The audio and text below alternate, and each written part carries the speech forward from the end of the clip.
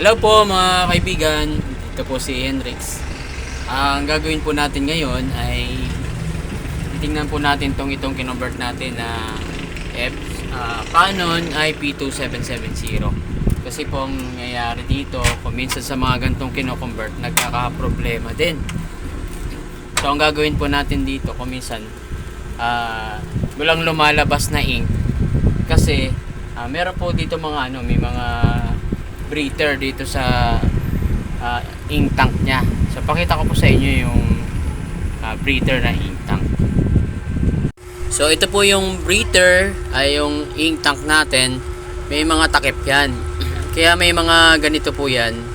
May mga purpose po kasi yan eh. So kailangan yung mga ink po natin, ito ay nakakahigop ng hangin para lumabas siya dito sa hose natin yung mga ink yan dito. Papunta siya dyan. Ayan, papunta sa cartridge dun sa loob.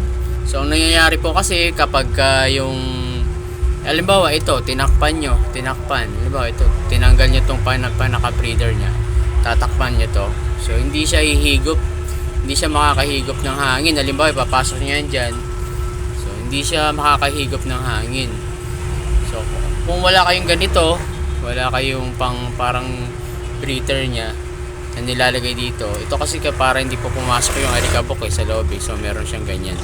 So ang gagawin nyo po, tatanggalin nyo lang yan, ito tanggalin nyo lang, pagkatapos hayaan nyo lang siya nakabukas, katulad po nitong ink na black. So wala po siyang breather, so ito lang siya, nakalagay siya. Yan, lalagay nyo lang ito. So okay lang po na tanggalin nyo to. So ganyan na lang, wala na siyang takip. Ganyan lang siya para makapasok yung hangin. So, nagiging cause po kasi yan ng pagkawala ng ink na lumalabas. So yun lang po mga ka-useful, no? Gagawin po natin, ganyan lang po yung mga ink tank nyo. Ito po kasi nilagyan ko rin tong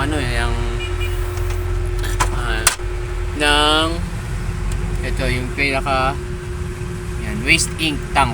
So nilagyan ko siya dito sa ilalim. So, makikita nyo pagka nagki-cleaning tayo, meron siyang ganyan lumalabas dyan. So ang purpose po nyan, para hindi mapuno yung ink pad, waste ink pad. So pag napuno ko kasi yun, magkakaproblema po kayo ulit at hindi magkakaroon ng error yung yung pagpiprint po ninyo.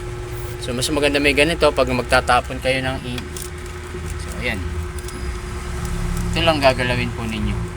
So, tingnan natin kung puno na ba yung waste ink pad. Tingnan po natin dito. Ito po, mayroon din po pala akong ginagamit na ito. Pagka halimbawa nagkaroon ng bula dito, hindi pumapasok yung ink. Yung ink dito, nakikita nyo, nagkakaroon po yan ng banding na guhit-guhit.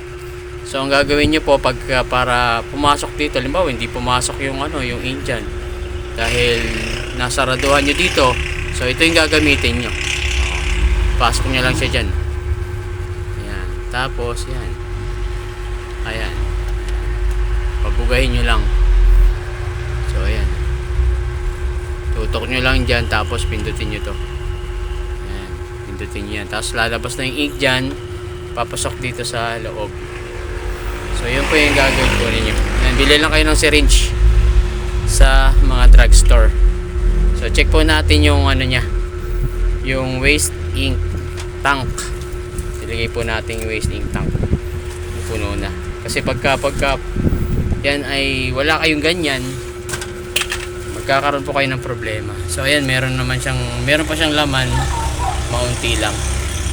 Kung madalas kayo mag-cleaning, so ayan po, dapat meron kayong waste ink tank.